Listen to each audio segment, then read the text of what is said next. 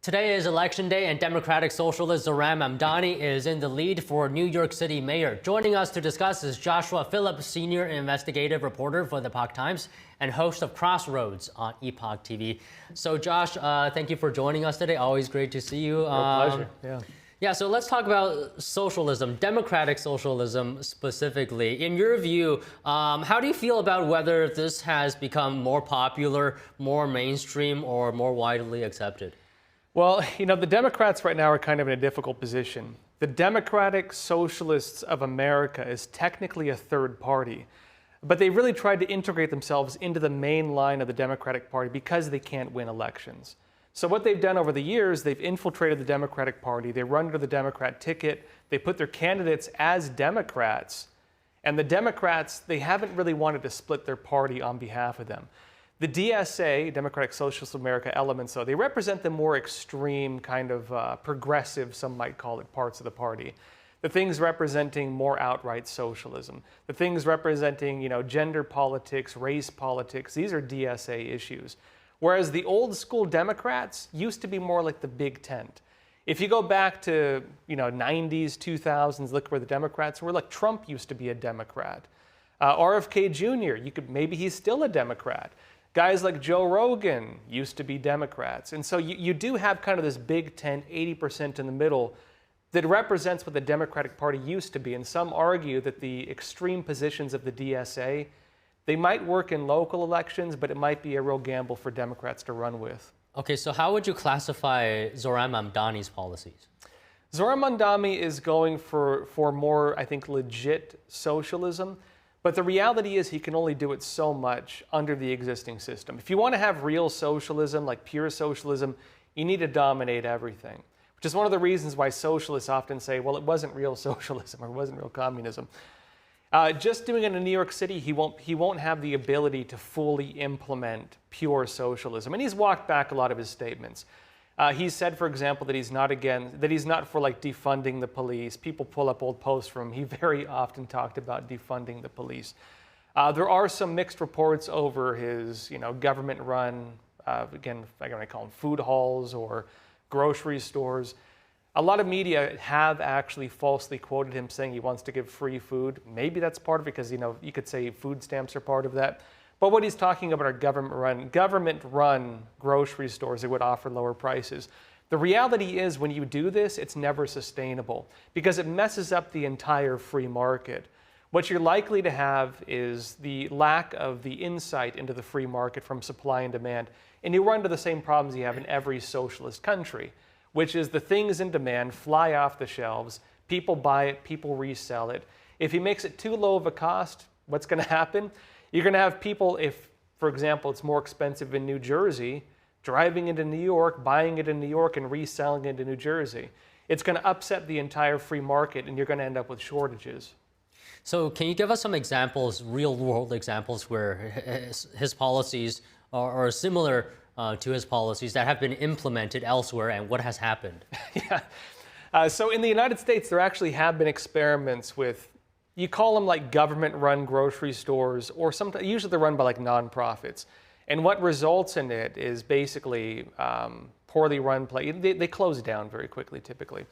You end up with large amounts of theft, especially if they say they're not going to prosecute or go after crime. People just steal it because why not? You can look at California, where they're experimenting with light on crime policies as it related to like storefronts. And what happened? Right? Anything under like $900 is a misdemeanor. What happens? People go in and they steal everything they want because there's no punishment for it. You end up with resellers. This is one of the issues, for example, that New York has dealt with like cigarette taxes. It creates a massive black market where people just buy it in one place and sell it in another because you have the free market functioning outside the system.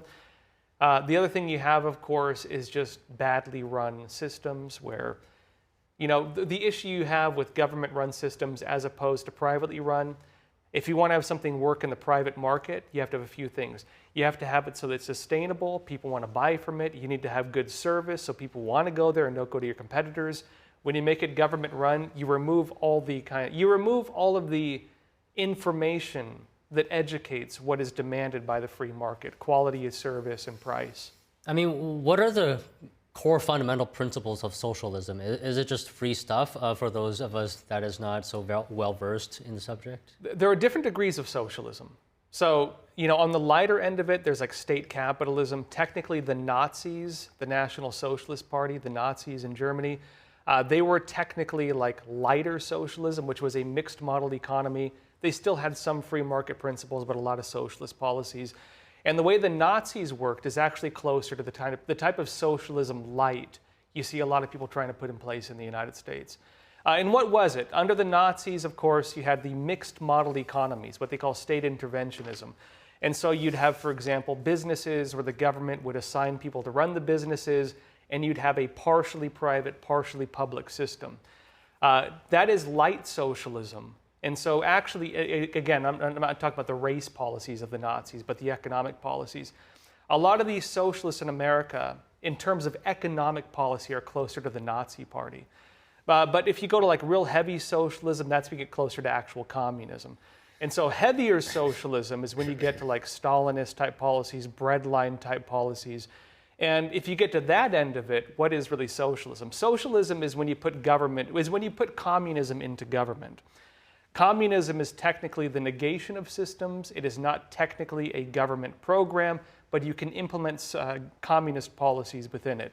There are different extents of it. More extreme policies will have things like for like social divisions.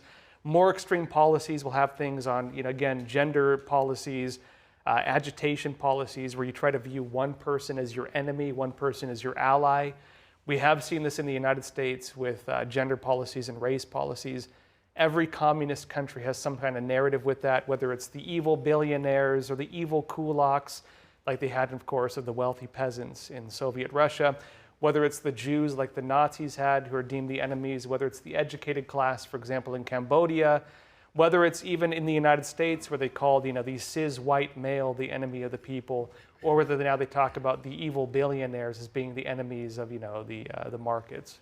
So how do you know when socialism has changed into communism? How do you know when communism is here? Well, so this is where a lot of people get confused between socialism and communism. Socialism is the form communism takes when implemented into government. But true communism is only achieved with the negation of systems. So in order to achieve, quote unquote, real communism, the socialist state would need to basically implode. You would need to basically destroy all the existing institutions to, quote unquote, achieve communism.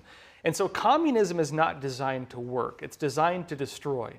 When a government becomes communist, they become a socialist government. You could say they're educated or inspired by a communist type, ideology or principle, but it will always be socialism when put into practice. So, and again, there are different degrees of it. I'm not saying Mamdani is going to make New York City full-on communist. He's only going to be able to do it to a certain extent. So you gave examples earlier of how socialism leads to problems, right? And history has shown that over and over. So why do we keep trying it? Well, you'd think people would learn by now. That's my question. I would say the reason is because socialism claims to offer the solution to human suffering. And when you're told that, hey, people are starving, the solution is to give them free food. People are suffering, the solution is to kill or eliminate the people causing the suffering. There are people who view this as being like the compassionate thing to do. But what they don't really understand is that it does not work. You don't create wealth by targeting the wealthy. You create wealth by creating incentives or helping the poor build themselves up. You don't create wealth by tearing things down. You create wealth by building things. And so socialism is just based on redistribution of what is already there. Socialism really can't create wealth unless it feeds on the wealthy. But as soon as you feed on the wealthy, you remove the incentive, people stop bothering to do it, and it flattens society. Socialism is for the downward trend. And so, you could argue that there are problems within capitalism. A lot of people, including myself, would argue the problems that people point to in capitalism are usually from state interventionist policies. The reason, for example, why housing costs are so high, mostly because of red tape on new construction. If you want to fix the housing problem where people can't afford rent, remove these state interventionist policies which stem from socialism that prevent us from building new homes or allow monopolies to form. If you let the free market function, it means that when there's demand, you create supply, not that you restrict supply, increase demand, and then strangle society through it. So socialism always does not work because it can only work as long as you can feed on the capitalist. Okay, just one last question, Josh. Do you think there will be a big impact, or maybe you don't think there will be a big impact if Mamdani, in fact, wins this race and becomes the next mayor for New York City? There will be a big impact if Mamdani wins. I don't think the impact will be that heavy in New York. And it will be. I mean, it will be to an extent. It's not going to be a whole lot worse than New York was, I think, under COVID, to be honest.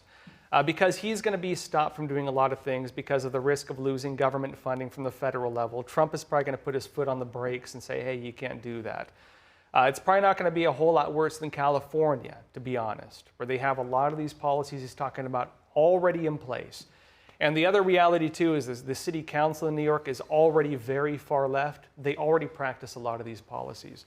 But the bigger impact is actually going to be more for what it means on the midterms and the future of the Democratic Party.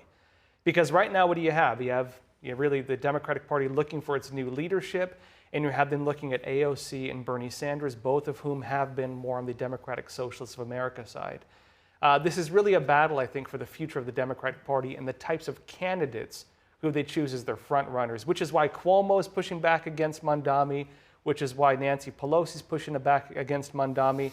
The Democrats, I think, understand that, yeah, you might have a socialist win in a local election, but it's not going to work for the big ones. And the Democrats, if they go too far to the extreme, which is what the risk is here, they're going to lose the middle. Okay, well, Josh, always well said. Thank you so much for talking to us today. Real pleasure. Thank you. Thank you.